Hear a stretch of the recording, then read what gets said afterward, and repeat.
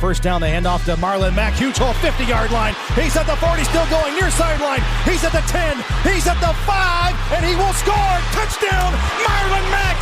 Touchdown, I-N-D-Y.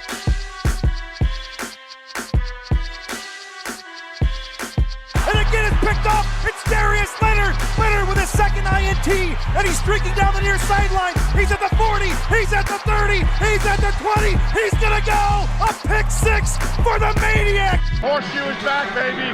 The horseshoe is back. What is going on, Colts Nation, and welcome back to another episode of the Bring the Juice Colts podcast. So glad that you chose to join us today. Today, we're going to be doing some hypothetical. We're going to be talking about the NFL trade deadline exactly a week from when this video is going out. So we're going to talk about potentially some trades that the Colts could potentially make to help improve their roster heading into really a gauntlet of games that they're going to be playing against some high-caliber type of teams. So, Derek, we have a whole list of guys that we think potentially could be some players the Colts could look to inquire about and potentially get for some draft picks. Let's talk about some of these players. Let's first off start with some of the players on offense. So who are some of the guys that you have? Yeah, so you mentioned it with the John Ross topic. We'll kind of bring that up as well. And guys like A.J. Green as well. Those are the first two names everyone's kind of been thinking about with the Bengals of, you know, do they want to keep them around? And ultimately, I think what you would do is John Ross and A.J. Green, you're going to just look for draft capital for them for the future. I mean, what do you feel for John Ross and A.J. Green? Because me personally, I think that John Ross would be the easier option to obviously get rid of because, you know, they don't have much ties to John Ross, and I don't think they have any faith in him going forward. And I think you could afford to blow a late round draft pick to say maybe he gets his act together, keeps healthy. A.J. Green, me personally, I don't think he's going anywhere. You would have to probably consider giving Cincinnati a pretty decent draft pick in order to be able to consider getting rid of A.J. Green. And I don't think the Colts are that desperate to want to do that. But what do you think of those two? Yeah, I think I agree with you for a couple of reasons. First off, like you mentioned, John Ross is going to be less draft capital to acquire. Number two, John Ross is a lot younger than A.J. Green. And then number three, you look at the body types. John Ross has that kind of blue chip trait that Chris Ballard looks for in his receivers. And you think about it, the Colts are ideally going to get Michael Pittman back very soon. And I look at them as similar players and bigger type of receivers, possession type of receivers. But John Ross, you look at him, you're not tied to him after this year. You trade a 5th to 6th rounder. I mean, you could get potentially a top 10 pick a couple of years ago.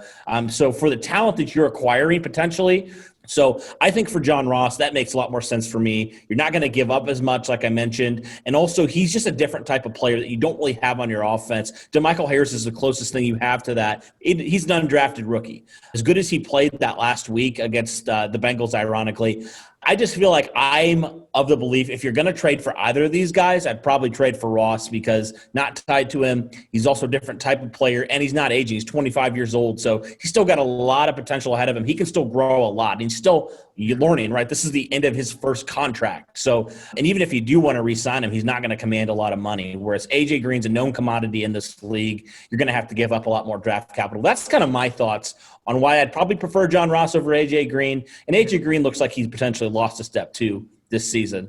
So I'm in on John Ross, potentially have the opportunity with a change of scenery to flip the script on him a little bit. So that's kind of where I'm at. I think we kind of agreed there, though. Yep, absolutely. And then, you know, some other offensive guys here that we can mention. And it's funny because all the guys that we really been talking about, I mentioned it before, it's just all receivers at this point, you know, because mainly that's the issue that the Colts are having right now. So here's a couple more guys. And we'll start with two bigger names, and then we'll talk about the three smaller names that could potentially be something. It's Julio Jones and then David Njoku, who we were talking about. I mean, it sounds like Njoku still wants to be traded. It just depends on whether or not the Browns will actually do that. And from what the sources are saying is that the Falcons will not be shipping Julio Jones for any reason.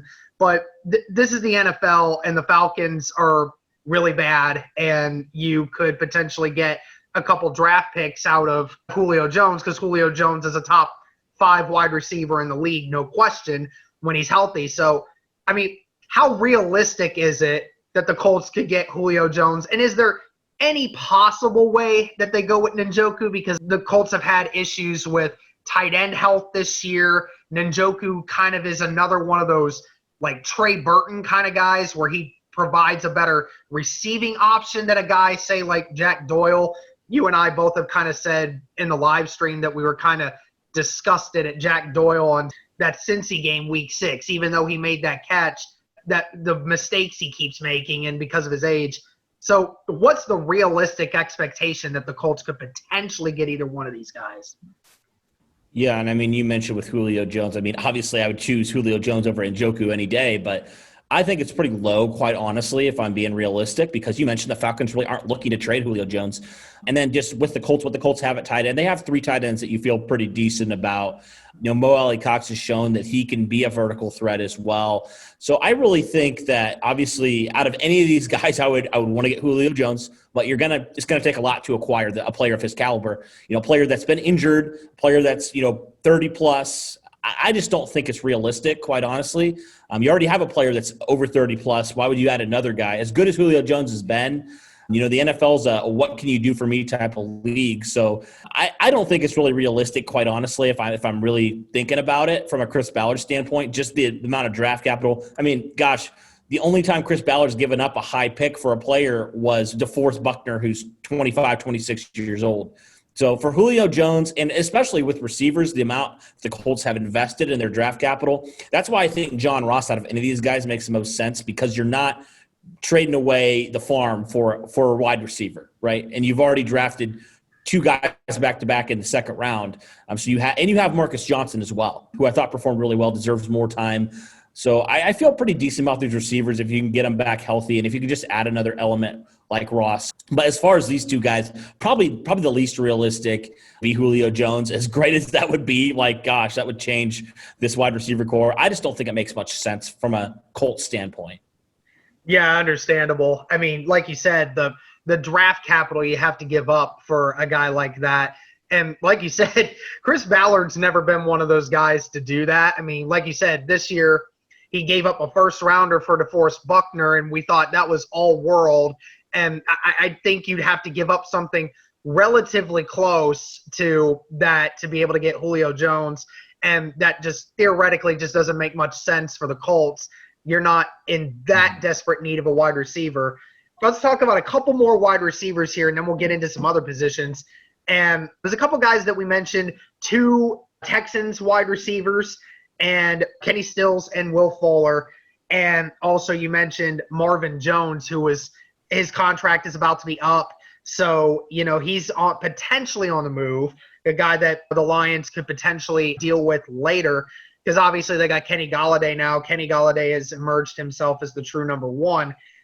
Me personally, I would stay clear away from Kenny Stills and Will Fuller to the fullest extent. I don't trust them at all when it comes to their health, and they've not really shown me anything.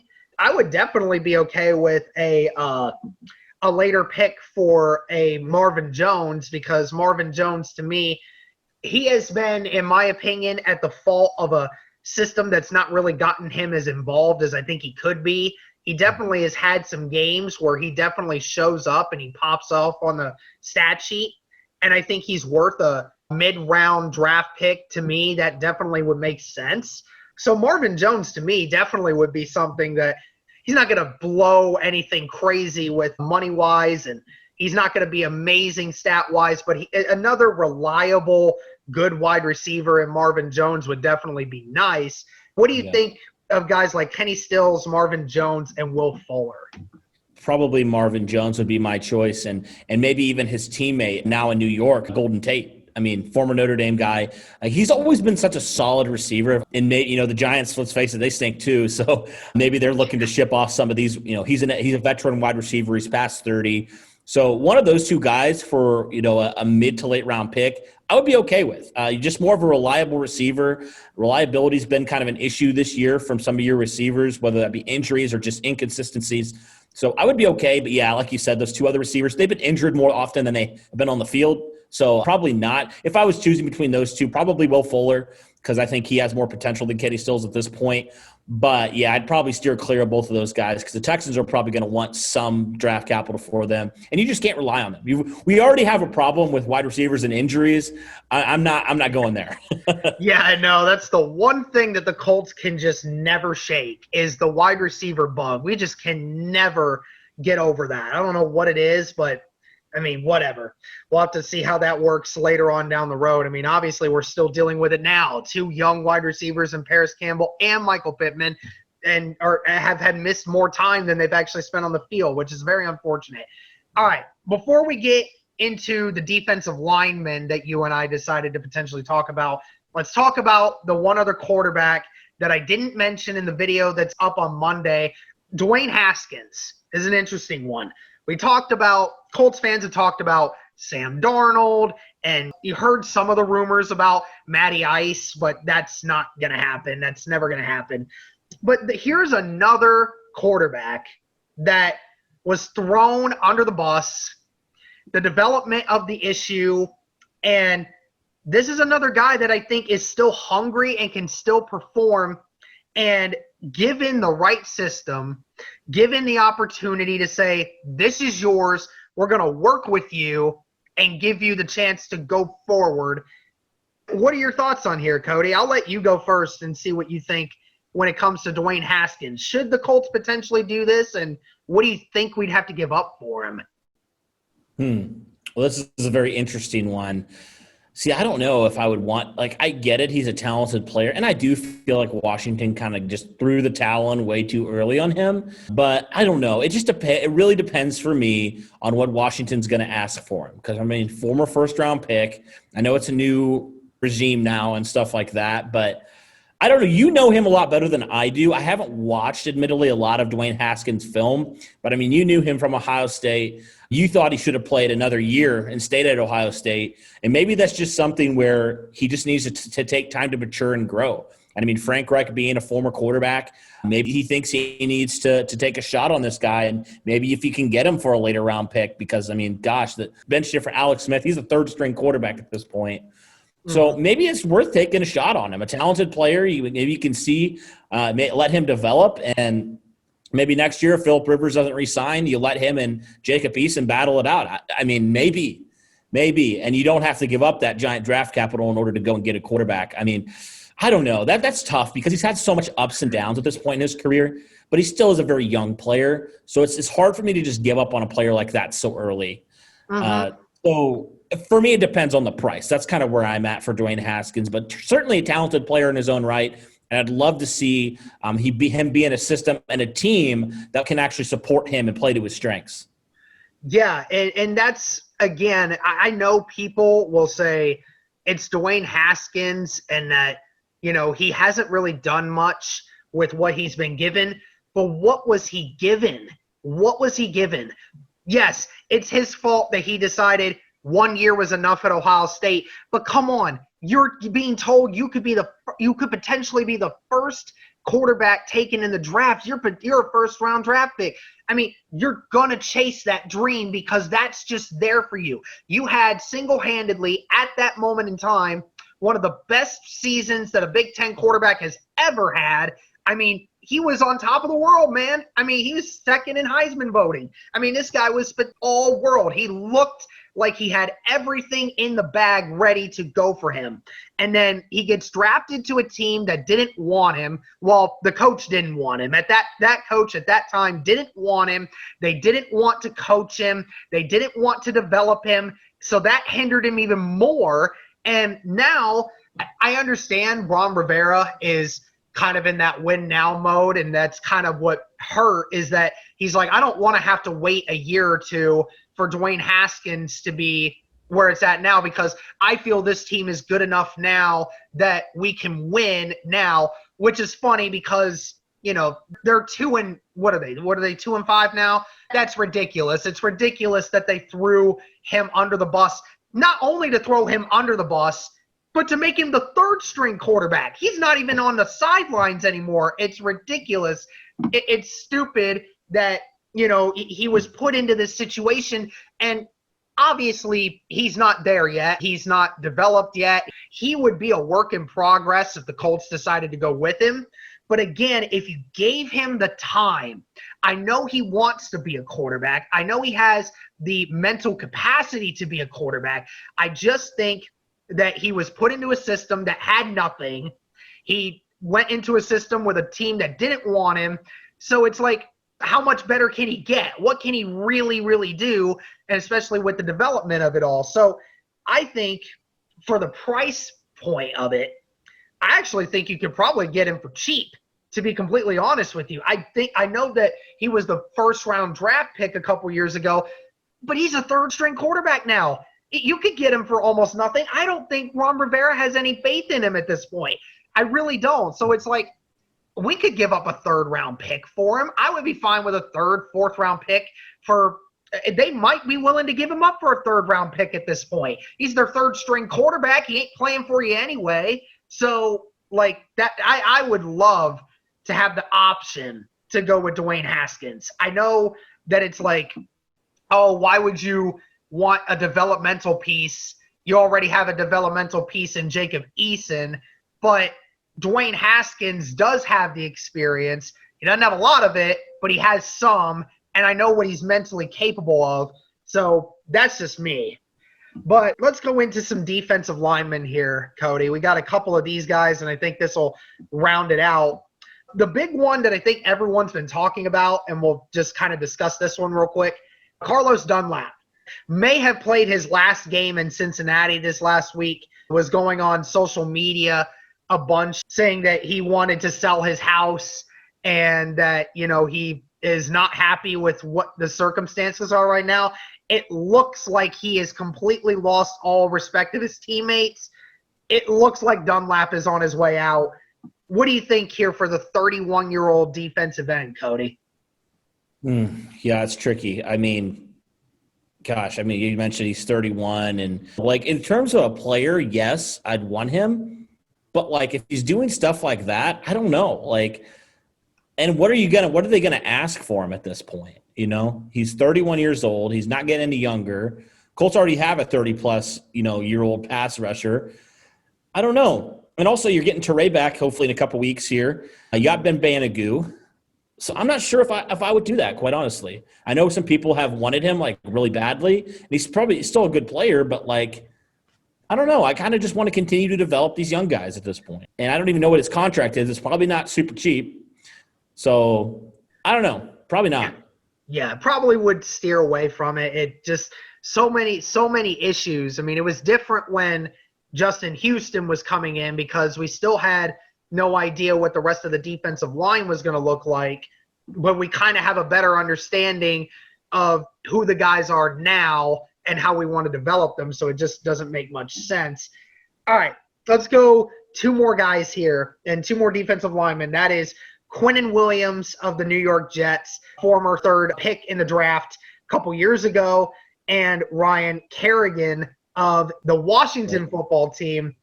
Kerrigan's an interesting one too, because you were mentioning it. They're like, Kerrigan's been a pretty good player, and it's weird to see that his snap counts have been going down quite a bit over this year, but there hasn't been a ton of talk of him shipping out, but with the way his play time has gone down, it sounds like as if they could potentially do it. So what are you thinking here for Quinn Williams and Ryan Kerrigan? Boy, wouldn't that be interesting to get another high pick from the Jets? That would be kind of funny. So, yeah, for Quinn Williams, absolutely I'd want him. I just don't know. I mean, the Jets are probably going to want a first-round pick for him. So I like Grover Stewart quite a lot. Obviously, Quinn Williams is on a different level, I would say, in terms of potential. Grover Stewart's a fourth-round pick. Quinn Williams is a top-3 player drafted only like a year ago. So, like, I think he's going to command a lot more. And I'm not sure, like, Do you give up another, first round pick for another defensive lineman when you easily could re-sign Grover Stewart, not give away a first round pick? You got to worry about other things, left tackle being one, quarterback potentially being one in the first round. I just feel like you have bigger needs at this point in your defense and in your team overall. So I'd probably go no, because what the Jets are obviously going to ask for that type of player, as good as Quinn Williams is, I just think you have a lot more needs right now on your roster, potentially for the future, than getting an interior defensive lineman as good as he is. When you have a guy like Grover Stewart, who's still a pretty good defensive lineman, pretty good one technique, and Taylor Stallworth also, who we've mentioned on the live stream, he's been playing pretty well too. So probably not. As far as Ryan Kerrigan, I could be on board for that, because I don't think, like you mentioned, he's probably one of those players. He's a little bit past his prime, but he can still provide a little bit on the edge for you. So if you can get him for pretty cheap, because Washington stinks, like we mentioned, maybe so. Maybe I could see the Colts going after a guy like him. Just adding another veteran presence on your defensive line, and you're not going to, like Carlos Dunlap. Unlike Carlos Dunlap, he never had an issue with lack of respect for teammates. He's always been characterized as a hard worker, a very team-oriented type of player. I actually thought about that last year. Maybe the Colts could make a trade for him last year. But he could be a player I could potentially see be a sneaky good trade for the Colts here in the trade deadline. Kind of an underwhelming probably, because some people are like Sam Darnold, Julio Jones, but I could definitely see him being a solid trade option for the Colts before the trade deadline in a week. Yeah, I totally agree. All right, guys, I think that's going to do it for those players. There's a lot more that we could talk about, but that's kind of the main ones that everybody's kind of had their eyes open on. Let us know what you think in the comments. Is there any guys that we said we didn't want that you would want, or vice versa? Is there anybody else that we missed that you think we should potentially look at for a potential video going forward here? Because obviously trade deadline here in a week, so we're going to have to see how that plays out. But thank you guys so much again for tuning in, and as always, go Colts.